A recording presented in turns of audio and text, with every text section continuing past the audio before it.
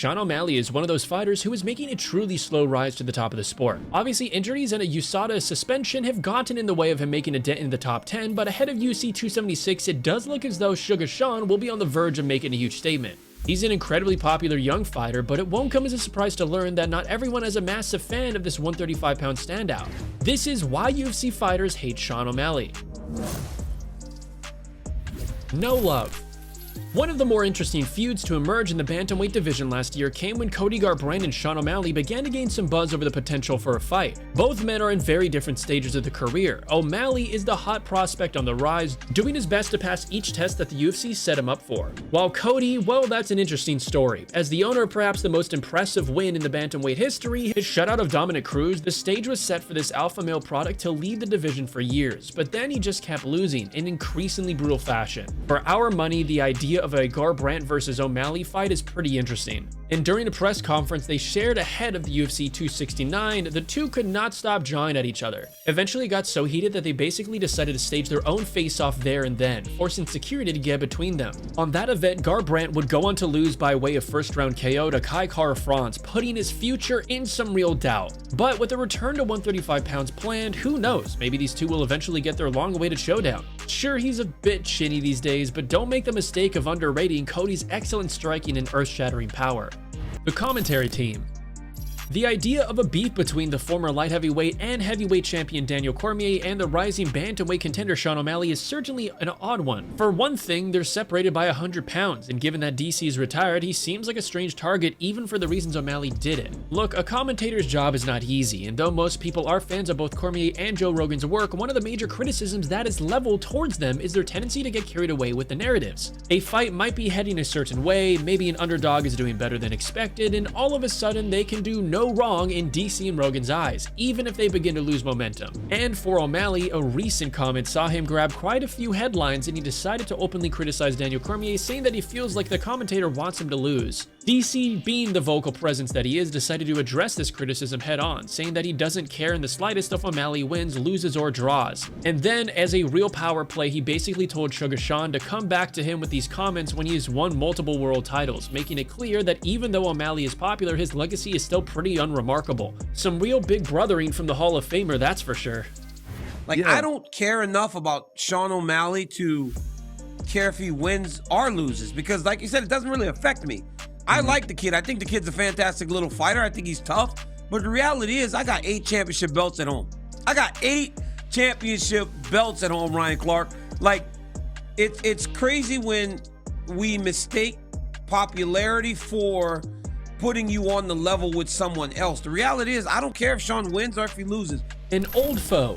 To say that O'Malley gave Marlon Vera absolutely no credit for his TKO victory over him would be putting it lightly. Sean to this day has adopted mentally undefeated as his slogan, disregarding his loss to Vera as little more than bad luck. In that fight, a well-placed calf kick left O'Malley totally compromised, and his leg basically gave out from underneath him. That left Vera free control of the bout for the remainder, eventually finding top position and raining down on him with elbows for the TKO finish. Immediately after, O'Malley started to try to downplay what had happened, criticizing Vera for celebrating it like it was a real win. However, a lot of fans took this as O'Malley being unrealistic about what had actually happened, calling him a sore loser and lacking the mentality needed to be a champion. Whenever Marlon Vera himself is asked about O'Malley, he does really seem to want a rematch, purely just to shut him up. In his eyes, he worked hard to get where he is, and just in case Sugar Sean doesn't realize, it was Vera's kick that caused the injury. With both men well and truly on the rise, it does seem like they are destined to throw down again, so watch the space, folks.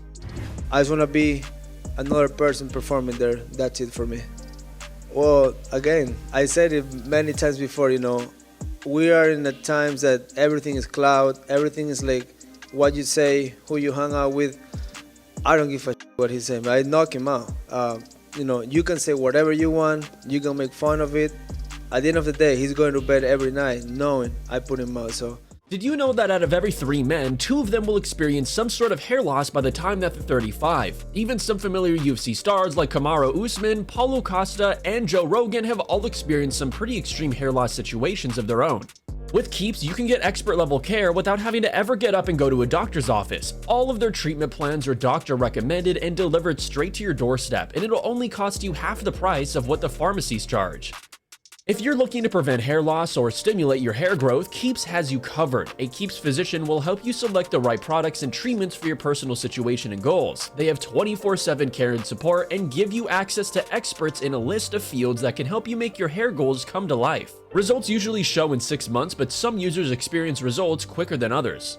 Hair loss stops with Keeps. To get 50% off your first order, go to keeps.com/watchmma or click the link in the description. That's keeps.com/watchmma. Now back to the video. Drunk Rockhold. Okay, so this one is just bizarre. Maybe it doesn't quite meet the criteria for our list, but it's just too crazy to ignore. So O'Malley was telling a story on his podcast about a chance with meeting with Luke Rockhold in what we assume was a bar. Now, the pair of fighters themselves don't actually speak face to face, but according to Sugar, the former middleweight champion was just so drunk at the time and proceeded to target O'Malley's father instead, telling him that Marlon Vera will beat up his son. Seriously, that is something that literally happened and can't help but find it so funny. Rockhold is a pretty awkward guy by all accounts, so picturing him drunk, cornering Sean O'Malley's father so he can rub his face in the fact that his son lost a fight, yeah, that is truly a one-of-a-kind story. But hey, that's Luke Rockhold. He's the owner of some of the oddest one-liners in the history of the sport, and though he certainly was a great fighter in his day, unfortunately he's now more of a punchline than anything else. Oh, that's a sick fight. Did I ever tell you about what Luke Rockhold was saying to my dad? No, was he saying you're white trash? No, they were in Whitefish. That's when he said that. Or something, and Luke was drunk, and he kept telling my dad, Cheeto beat your son's ass, and was like, Where was this at? in Whitefish or something. And he was there? Yeah, I don't even know why, but he kept saying, because Cheetos, I guess they trained together, but he was just like, Was Luke buzzed? yo, yeah. My dad said Luke was super, but he kept saying, Cheeto beat your son's ass, like, just like, why would you be like that? Remember, if you're enjoying our content and want to see more, be sure to leave a like before subscribing to the channel so you don't miss out on any of our weekly uploads. The USADA suspension. One of the stranger portions of Sean O'Malley's career came during his initial few fights in the UFC. After picking up some early momentum, O'Malley was flagged by USADA for a banned substance violation, testing positive for ostarine. However, this hasn't stopped his fellow fighters from rubbing it in at every opportunity. And for Henry Cejudo, taking shots at O'Malley's USADA history and his past injuries saw him 10-9, the prospect after Sean tried to take a joke over Triple C's height. He's not the first fighter to take issue with O'Malley for his questionable history, even if most would agree that he simply was unlucky by his supplements. In the end, as Nick Diaz once famously put, everyone is on steroids. Padded record. Love him or hate him, it's hard to not be slightly frustrated by how Sean O'Malley's career has been panned out so far. Despite having been in the UFC for years now, his progress through the bantamweight division has been stunted. And though he has been pretty successful in the cage, many fighters have voiced their belief that Sean O'Malley has a padded record, that the UFC are giving him easier steps towards the top 10 than a normal fighter would be getting. And in fairness, that's exactly what they are doing, playing the long game so that they can build him into a star. But after a few consecutive fights that didn't seem like much competition level was increasing, it's pretty understandable that some fans and fighters were growing impatient. Thankfully, his next fight against Pedro Munoz is exactly the type of bout that he needs at this point in his career. Because if he isn't up to it, then you best believe that Munoz will punish him. Win, lose, or draw, we're about to find out a whole lot more about this highly interesting bantamweight up-and-comer, and if we're being totally honest, it's about time. Wait in line. Petr Yan is one of the most underrated trash talkers in the game today. Though he mainly operates from social media accounts, when he does deliver a line, it's generally a knockout. And though the two bantamweights are sure distance apart in rankings, Yan has been drawn into a few heated exchanges with O'Malley in recent times. But during a brief Twitter exchange, Yan made it clear that a fighter like O'Malley, who isn't even in the top 10, shouldn't be mentioning his name, calling on Sugar to find his way to the top 3 first. He made it clear that it was almost disrespectful of him to challenge him, calling him a poodle. Yan, in most people's eyes, is still probably the best 135-pounder on the planet, and though Sean O'Malley will have his work cut out for him to climb the mountain if he can get there, could you imagine how good of a fight between these two would be? Sore loser. Say what you want about Ben Askren, but when he took that flying knee from Masvidal, he took it like a champ. For all the smack he talked leading up to that bout, when the time came to face the music, he did so with a level of grace that was very impressive. And in case we forgot, Askren was undefeated in his career up to that point, making that 5-second knockout the first time he had ever tasted defeat inside the cage. So considering how classy he was in defeat, it's only natural that Ben Askren was a little put off by how badly Sean O'Malley handled his first loss. Speaking to Ariel Helwani about it, Funky questioned O'Malley's toughness on both a physical and mental level, rejecting the idea that a fight was pretty much over when Sean suffered the injury.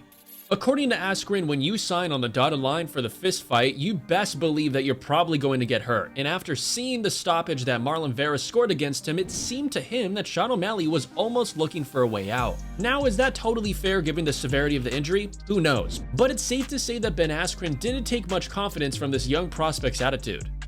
Even if it was a freak, say Anderson Silva, Chris Weidman, where he checks the kick and he snaps the leg, like what percentage of time is the leg gonna snap? And the answer is like 0.002, right?